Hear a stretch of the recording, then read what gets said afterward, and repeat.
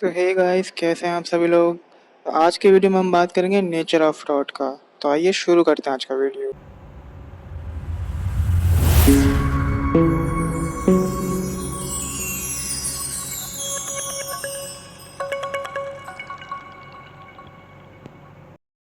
तो शुरू करते हैं नेचर ऑफ टॉट।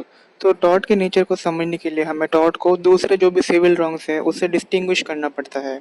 जैसे कि टॉट एंड क्राइम के बीच में क्या डिफरेंस है, टॉट और ट्रस्ट के बीच में क्या डिफरेंस है, टॉट और कॉन्ट्रैक्ट के बीच में क्या डिफरेंस है, और टॉट और क्वासी कॉन्ट्रैक्ट के बीच में क्या डिफरेंस है।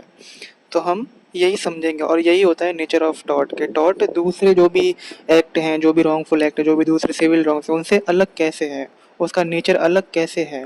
तो हम उसको दूसरे जो भी सिविल रॉन्ग्स हैं उनसे डिफ्रेंशिएट करेंगे। लास्ट में हम लोग इस बारे में भी बात करेंगे कुछ ऐसे रॉन्गफुल एक्ट होते हैं जो कि टॉट में भी आते हैं और क्रिमिनल लॉ में भी आते हैं। तो उसके बारे में मैं आपको लास्ट में बताऊंगा। तो सबसे पहले हम बात करेंगे टॉट और क्राइम के बीच में क्या डिफरेंस है। तो सबसे पहले टॉट में the wrongs which are comparatively less serious are considered to be private wrongs and have been labeled as civil wrongs. दूसरी तरफ क्राइम में the wrongs which are comparatively more serious are considered to be public wrongs and have been labeled as crimes. तो इसका मतलब ये है कि tort में जो भी रॉन्ग्स होते हैं वो कंपैरेटिवली कम सीरियस होते हैं, यानी कि वो कम हानिकारक होते हैं और वो प्राइवेट रॉन्ग्स में आते हैं जो कि सिविल रॉन्ग कहलाते हैं। और क्राइम का मतलब जो ये होता है कि वो रॉन्ग जो कि बहुत ज़्यादा सीरियस होते हैं और वो सिर्फ एक जने के साथ साथ पूरी पब्लिक को भी हार्म पहुंचा सकते हैं, उनको क्राइम बोलते हैं। दूसरा, it deals with the civil law, it deals with the criminal law. ये आप समझ गए कि ये जो भी इसमें रॉन्ग्स आते हैं वो सिविल लॉ में आते हैं और जो भी क्राइम होता है वो क्रिमिनल लॉ में आता है। It is presented in civil court, it is presented in criminal court. ये भी सेम है, इसमें जो भी पॉइंट्स आएंगे वो लगभग आपको पता है, तो आपके लिए बहुत आसान है ये पढ़ना। उसके बाद it is hardly intentionally and happens due to negligence. इसका मतलब ये है कि टॉर्ट में जो भी काम होता है वो इंटेंशनली नहीं होता है ज़्यादातर मामलों में, और ये ज़्यादातर गैर जिम्मेदारी जो होती है, नेग्लिजेंस से वो होता है जो भी हार्म होता है। और क्राइम में सब कुछ इंटेंशनली ही होता है, उसको कोई भी गलती से नहीं करता, सब जानबूझ के ही करते हैं। उसके बाद टॉर्ट में it is against the individual person. Tort में ये किसी एक पर्टिकुलर पर्सनल पर्सन के खिलाफ होता है। क्राइम में ये किसी स्टेट, पर्सन और प्रॉपर्टी के खिलाफ होता है, यानी कि ये किसी एक बड़े स्टेट के खिलाफ भी हो सकता है, किसी पर्टिकुलर पर्सन के खिलाफ भी हो सकता है और किसी प्रॉपर्टी के खिलाफ भी हो सकता है। It is related to private law. Tort जो है वो प्राइवेट लॉ से रिलेट करता है, क्राइम जो है पब्लिक लॉ से करता है। उसके बाद इट इज़ राइट इन पर्सोनेम और राइट इन रेम। तो अब आगे बढ़ने से पहले राइट इन रेम और राइट इन पर्सनम में क्या फ़र्क होता है ये भी आपको मैं बता दूं। तो right in rem public right होता है, इसमें जो पार्टीज होती हैं वो सोसाइटी और रॉन्ग डूअर, ये दो पार्टीज होती हैं। इसमें जो होते हैं पब्लिक लॉज का इन्फ्रिजमेंट होता है और इसकी प्रोसीडिंग्स क्रिमिनल कोर्ट में होते हैं। वहीं राइट इन पर्सनम में एक प्राइवेट राइट होता है, इसमें दो पार्टी होते हैं और वो दोनों ही सिंगुलर होते हैं, यानी कि सिर्फ एक पर्सन ही होता है एक पार्टी में, उससे ज़्यादा शायद हो सकते हैं लेकिन ज़्यादातर दो पार्टीज ही होती हैं। इसमें जो राइट्स एंड ड्यूटीज़ पहले से डिसाइडेड होती है, यानी कि आपको ये काम नहीं करना है, किसी और के रेपुटेशन को हार्म नहीं करना है, ये सब राइट इन पर्सन में होता है। इसमें प्राइवेट लॉज अप्लाइड होते हैं और इसकी जो प्रोसीडिंग्स होती है वो सिविल लॉज में होती है। फिर से टॉर्ट और क्राइम के बीच में डिफरेंस करते हैं। टॉर्ट में in this remedy is given as per the damage. इसमें टॉर्ट में जो रेमेडी मिलती है वो डैमेज के अनुसार मिलती है, कि अगर आपको कोई पैसों का नुकसान हुआ तो आपको पैसे मिलेंगे। अगर किसी ने आपके ट्रेस पास किया है और कोई हार्मफुल थिंग आपके वहाँ पे आपकी प्रॉपर्टी पे रख दी है जिससे आपको हार्म हो रहा हो, तो उस पर वो इंजंक्शन लगा देंगे, यानी कि रोक लगा देंगे। और क्राइम में जो है फाइन, पनिशमेंट, इम्प्रिजनमेंट ये फिक्स होते हैं। टॉर्ट में अनलिक्विडेटेड डैमेजेस मिलते हैं, वहीं क्राइम में या क्रिमिनल लॉ में लिक्विडेटेड होता है कि आपको जो भी क्राइम किया है उसमें सब कुछ डिसाइडेड होता है कि इस क्राइम पे कौन सी धारा लगेगी, कौन सा सेक्शन लगेगा और इसमें किस सज़ा का प्रावधान है। लास्ट में इट इज़ कॉल्ड अनकोडिफाइड और क्राइम जो है वो कॉडिफाइड होता है। तो चलिए अब बात करते हैं टॉर्ट और कॉन्ट्रैक्ट के बीच में क्या डिफरेंस है? इसका डिफरेंस आपको पता होना चाहिए, क्योंकि अगर आप कहीं पे वाइवा देते हैं तो ये एक बहुत ही बेसिक डिफरेंस आपसे पूछ सकते हैं। तो चलिए शुरू करते हैं। Tort it is uncodified law, contract codified है, यानी टॉर्ट में सेक्शन नहीं होते, कॉन्ट्रैक्ट में होते हैं। टॉर्ट में rights are decided by law, जो भी राइट्स है वो पहले से लॉ डिसाइड करके रखता है। और कॉन्ट्रैक्ट में जो भी राइट्स और ड्यूटीज़ है वो पार्टी डिसाइड करती है। टॉर्ट में there is violation of legal right, tort में लीगल राइट्स का इंफ्रिजमेंट होता है। वहीं दूसरी तरफ कॉन्ट्रैक्ट में breach of said duties and rights, यानी कि आपका जो काम है उस कॉन्ट्रैक्ट में उसका आपने ब्रीच कर दिया।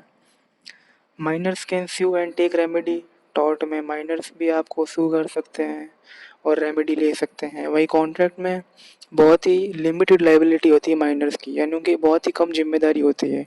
इसलिए माइनर्स के साथ कभी भी कॉन्ट्रैक्ट नहीं करना चाहिए। माइनर्स कौन होते हैं? जो 18 से नीचे होते हैं। टॉर्ट में देयर मस्ट एग्जिस्ट प्रिविटी, अब टॉर्ट में ऐसा होता है कि अगर मैंने कोई हार्म किया है आपको, तो आप ही मुझे सू कर सकते हैं, आप ही मेरे पे केस कर सकते, कोई तीसरा व्यक्ति बीच में घुस के नहीं आ सकता।